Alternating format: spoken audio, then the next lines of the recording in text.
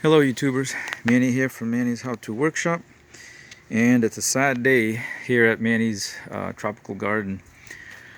So as you all know, last week, I think the week before, the whole country went through some weird ass weather patterns.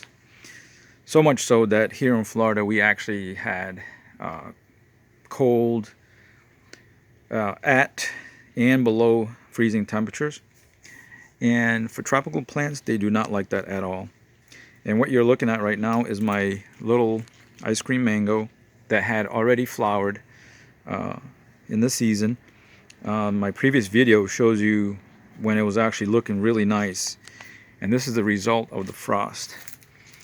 So you can see all the flower panicles are dying out. They're drying up.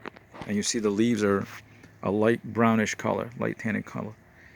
Even the ones down below are like light green, and that just means that the cold temperature is affecting, you know, all the branches that carry those. So I don't even know what this is going to look like or what the tree is going to do in response to this or how it's going to bounce back.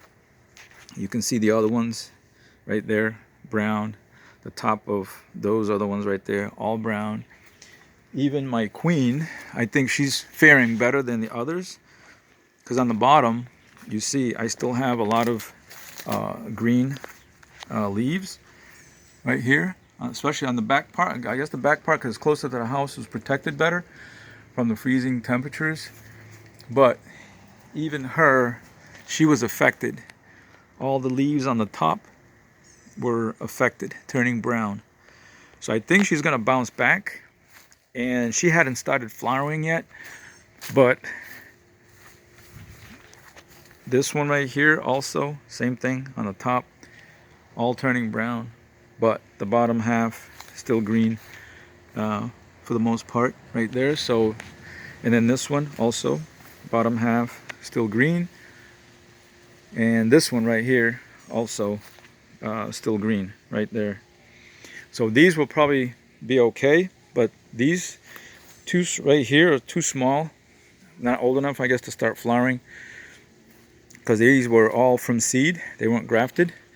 So the only one that flowered last year was this middle one, and it only produced me 2 mangoes, but boy, they were delicious. But anyway, I'm so sad because there's a good possibility that I will not get any mangoes this year. Hopefully my queen will flower at the bottom, so at least I'll get some of those. But as you can see, all of that is all brown. And Mother Nature, like I said, has a way of bouncing back and regrouping and moving on. So right now I'm debating on whether or not to go ahead and cut off all the dead parts after we've passed the point where the overnight temperatures will not dip below 50, because that seems to be the threshold. Mangoes can, you know, they can stay okay at 50 degrees and above, but below that for too long it won't do any good for it. And you can see also my little miniature banana plant. Poor thing is looking sad. This is my other banana that was plant that was looking really nice. This one actually had a main one, and like 1, 2, 3, there was 3 other babies coming up. And look, all the leaves.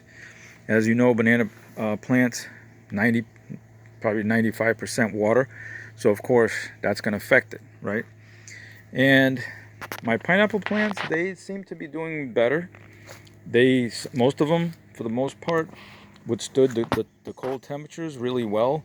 The only one that was really affected is this guy right here. As you can see, all the leaves are turning yellow. Last couple of days we've been getting some good water.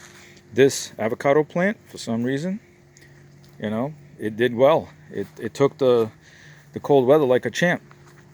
Unfortunately, my papaya tree, same thing. Look at that. That's the one I had some beautiful papayas on. And all the leaves, because papaya tree, same thing, mostly water. And sitting as high as this one is, if I had to guess, this one's probably like 15 feet tall.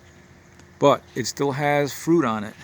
And if I can get in there, I got some reflection. Okay, here we go. I can zoom in real quick on that one. Come on.